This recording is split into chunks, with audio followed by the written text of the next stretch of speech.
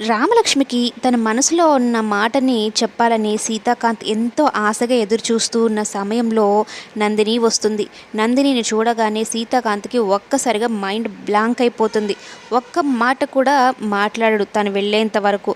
అయితే శ్రీలత అది గమనిస్తుంది. ఎందుకు సీతాకాంత్ నందినిని చూడగానే అలా అయిపోయాడు? వాళ్ళిద్దరి మధ్యన ఏం జరిగింది? అసలు ఈ నందిని ఎవరు? అంటూ ఆలోచిస్తూ ఉంటుంది.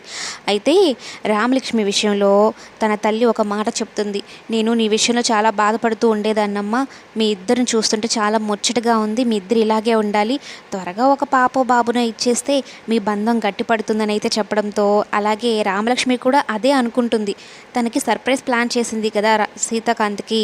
అదేంటో కాదు, భార్యగా పూర్తిగా తనకు సొంతమైపోవాలని అనుకుంటూ ఉంటుంది. ఫ్రూట్స్, పళ్ళు, పాలు అన్నీ పెట్టుకొని గదిని బాగా డెకరేట్ చేసి సీతాకాంత్ కోసం ఎదురు చూస్తూ ఉంటుంది. మీ మనసులో నాకు చోటిచ్చారు. భర్తగా నేను మిమ్మల్ని ఎంతో గొప్పగా ప్రేమిస్తూ ఉన్నాను. నేను మీకు దగ్గరైపోయి, సొంతమైపోయి, మన బంధం ఇంకా జన్మ జన్మలకి గట్టిపడాలి అన్నట్టుగా నేను అనుకుంటున్నాను అని తనలో తానే మాట్లాడుకుంటూ సీతాకాంత్ కోసం గదిలో ఎదురు చూస్తూ ఉంటుంది. కానీ నందిని విషయంలో అప్సెట్ అయిన సీతాకాంత్ ఎటు వెళ్ళిపోయాడో తెలిసి రాలేదు. రామలక్ష్మి ఏమో సీత వాళ్ళ తాతయ్యని కూడా అడుగుతుంది. ఆయన ఎక్కడికి వెళ్ళారు కనిపించడం లేదంటే ఏదైనా అర్జెంట్ వర్క్ ఉండి ఏమైనా వెళ్ళాడేమోలే అన్నట్టు చెప్తాడు.